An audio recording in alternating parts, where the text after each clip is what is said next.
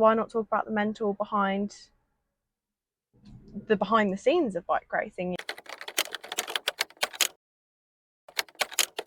Good morning, guys. I'm currently trekking around the whole of Brands Hatch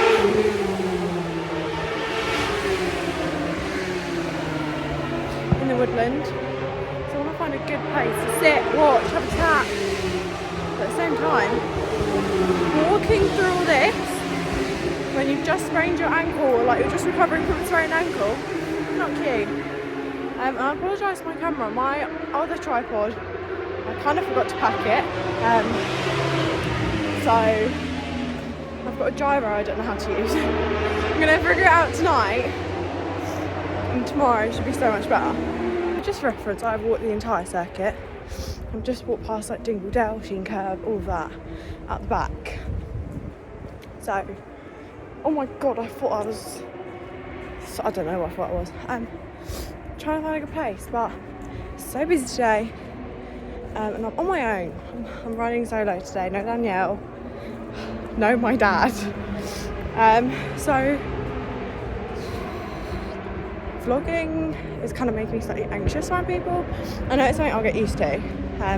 Once I start doing it, I won't look back, but mud. We're gonna find somewhere I can sit, chill for the day.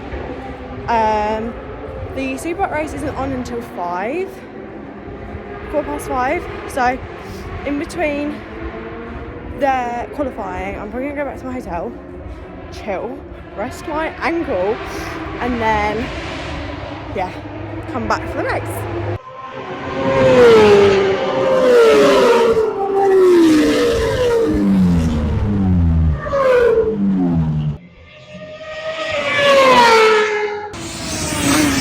In that last clip, I was finding somewhere to sit, watch qualifying, have a little chat to you guys, and then the heavens just opened right before what was meant to be Super Pole, and then they changed it to standard qualifying because it was so wet. Fair enough. But what I was going to do when we were sat is go through some questions. Now, I put a little question box up on Instagram, and I've been sent a few, and I've had to write them down. I thought we'd go through some questions, some opinions, see what everyone's thinking at the moment. So the first one was, have you had, or what is the worst rider experience you have had? I personally, I haven't had any.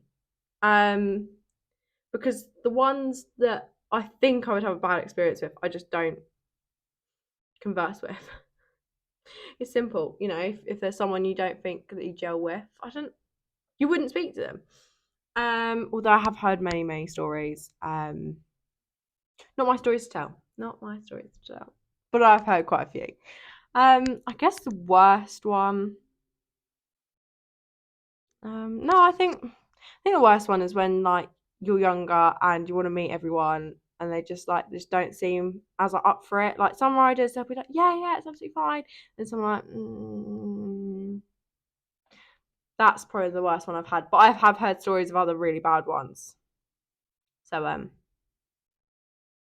I said, not my story to tell. The next one. When are some of these riders gonna get off their high horses and stop thinking they're A-listers? You guys are brutal. Do you know what? It's not all of them. Some of them it has gone to the edge. Again, the ones that I wouldn't converse with. Yeah, at the end of the day, you're not Valentino Rossi. I don't, you know, it does bug me though when some of them act like their shit don't stink, and it's like, yeah, BSB is a big deal, but like I said, you're not Rossi. Your shit does stink. Get over it. So I guess I don't know when they will. Maybe I should go and humble them. You know, maybe that would go down so well. I can tell you. We have a Sophie McGinn fan in. Someone has You should re-interview Sophie about her trip to Misano and the pillion on the Ducati. Now that sounds like a plan. It looked insane. Just wheeling everywhere. I'd love to do that. I'd love for a superbike rider to just go on the back of the bike and just say, just go, do your thing. I'll just be on for the ride. That'd be great. Think there's some health and safety regs about that. But I will try and get, I'm sure Sophie will be so up for it, if that's something you guys want. A little catch up with her, see what's going on in her world. But yeah, no, it looked absolutely sick when she was over in Mazzano. I was very, very jealous. Another question was, what do I think of the new support classes for 2024? So if you don't know, Kawasaki, I keep wanting to say Aprilia Super Teens. Kawasaki Super Teens is taking over from Junior Sport. And then the sport bike class is taking over for Junior Stock, the 600s. I mean, it's good that they're sort of replacing it. Like, they didn't just kind of like create one, like, because you never know what they're gonna do. You know, and there's other channels in now. You know, you've got the BMWs as well that obviously started this year. I don't really know what I think of it at the moment because it's only just been released. There's no real details. The only details they've released is the type of bike.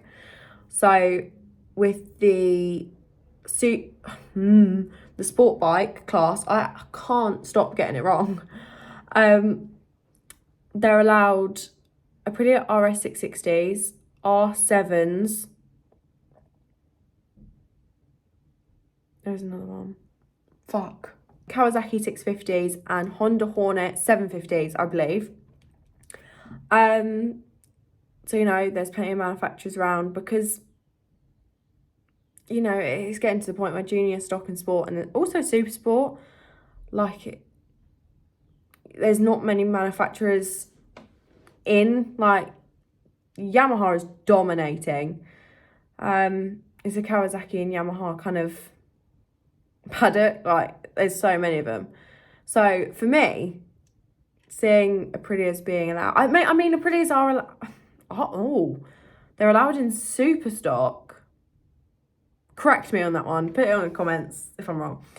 But like, just new manufacturers, and again, it gives people more opportunity. So I think it is a positive thing because they're not limited. It's people are able to access these different bikes. It's not sort of limited to a strict. Obviously, it is strict because they've got a list of ones you can and can't have.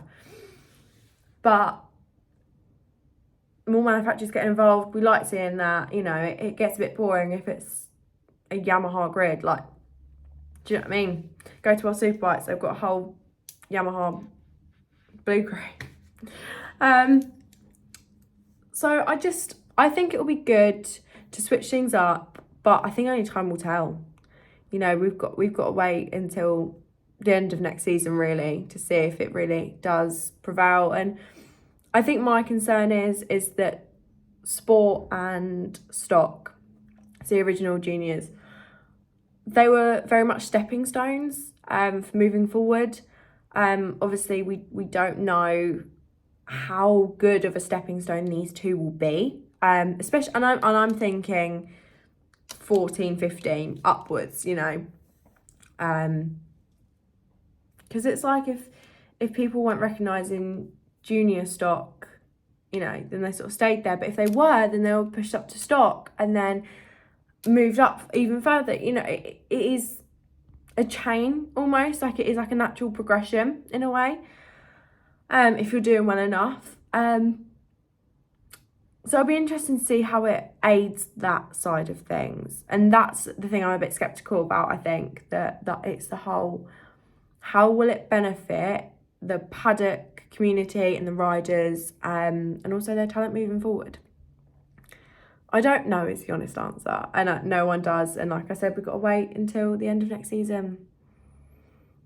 So, I mean, even now, we don't know what will happen. Like, will people from BMWs move to Stock? Or, like, what will happen there? Like, is there a progression there? We don't know.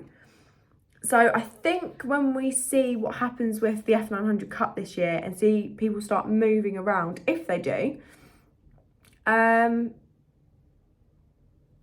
maybe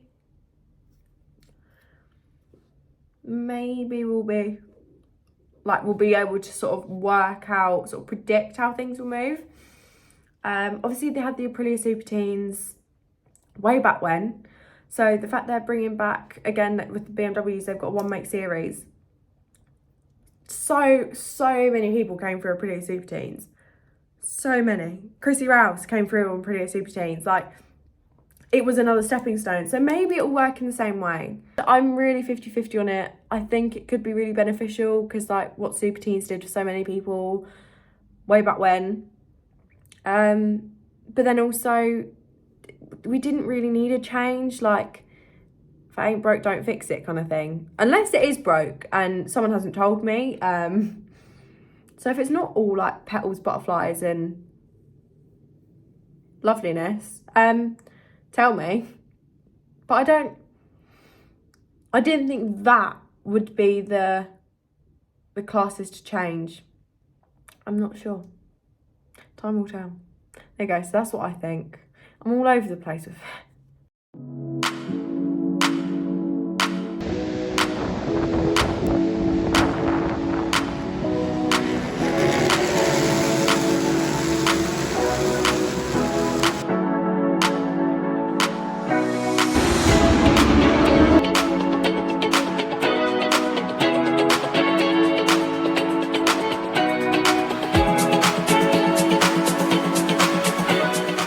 Hi guys, this is a new environment you haven't seen me in.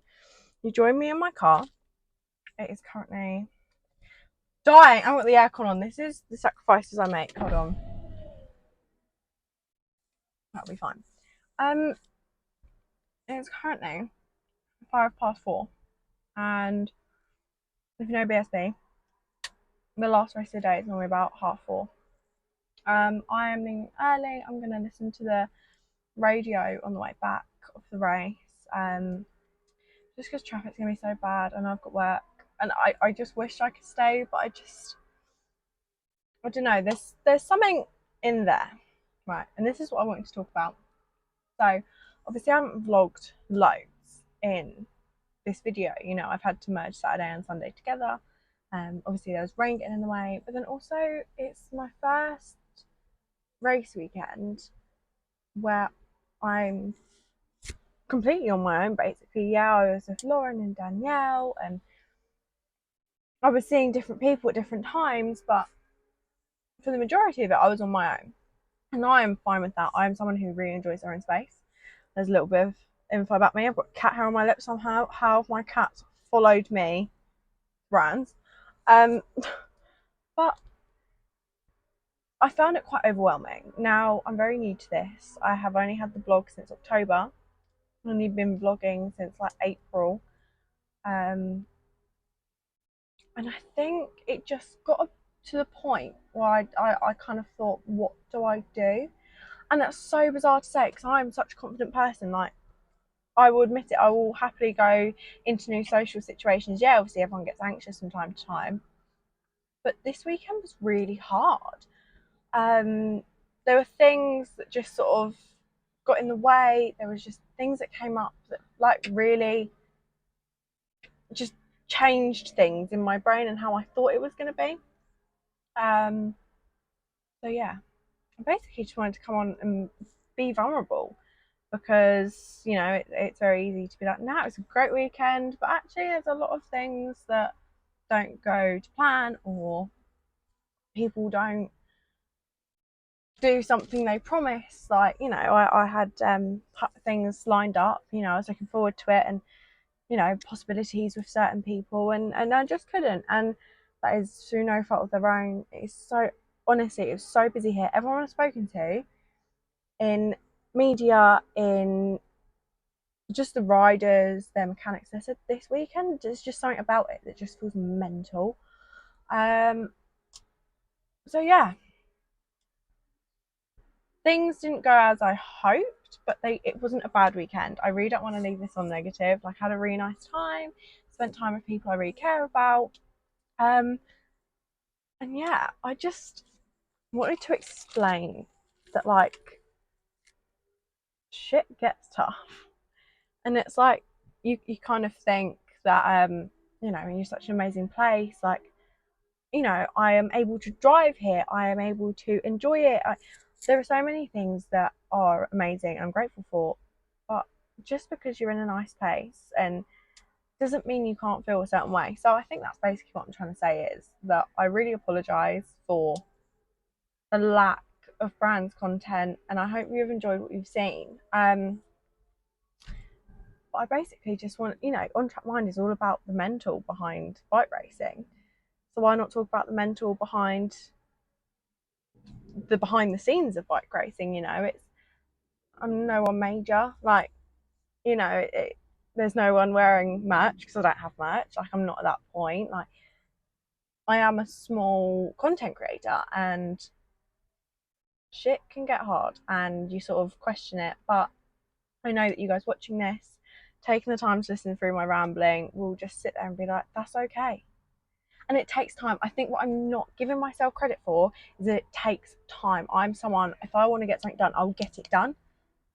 But I don't understand that in terms of content creation, because obviously things change, people like different content and people might move away from certain things and mine might not fit a lot of people. So it is a bit of a waiting game. Like, you work your ass off, you know, you spend loads of money to be at this weekend. Like, there was loads of money spent to be here, and it doesn't pay off, but I'm just being patient, and I can't sit there in front of a camera to you guys about, oh my god, this is so amazing, when actually I've had times where I've thought I just want to get in my own bed and just sleep.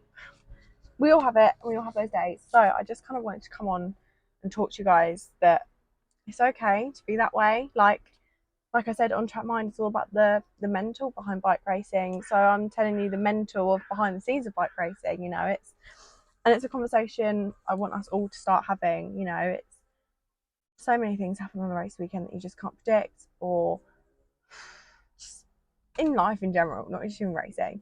Things happen that you can't predict. You just got to go with it, and you just got to give yourself grace in a way. Yeah, I'm super thankful for all the support that you guys have given me on stories, so on and so forth. I'm going to shut my window. There's people coming.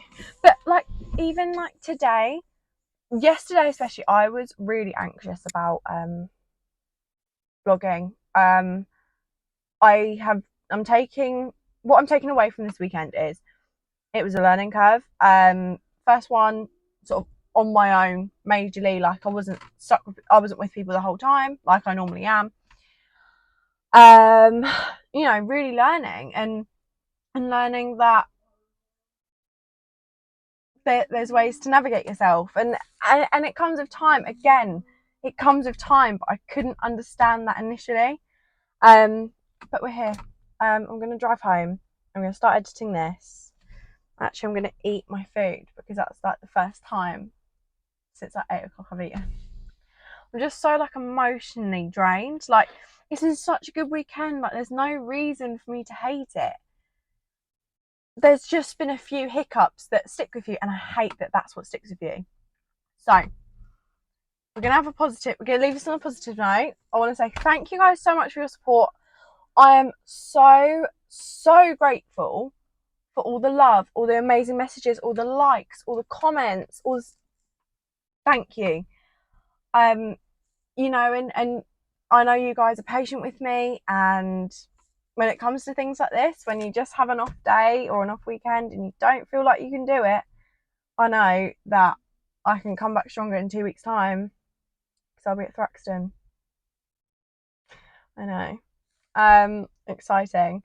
I'm gonna come back stronger. I've learned, I have watched. So yeah. Thank you guys so much. I'm going to turn this aircon on because I'm sweating my ass off. I'm going to get my little booty home. Thank you. Bye.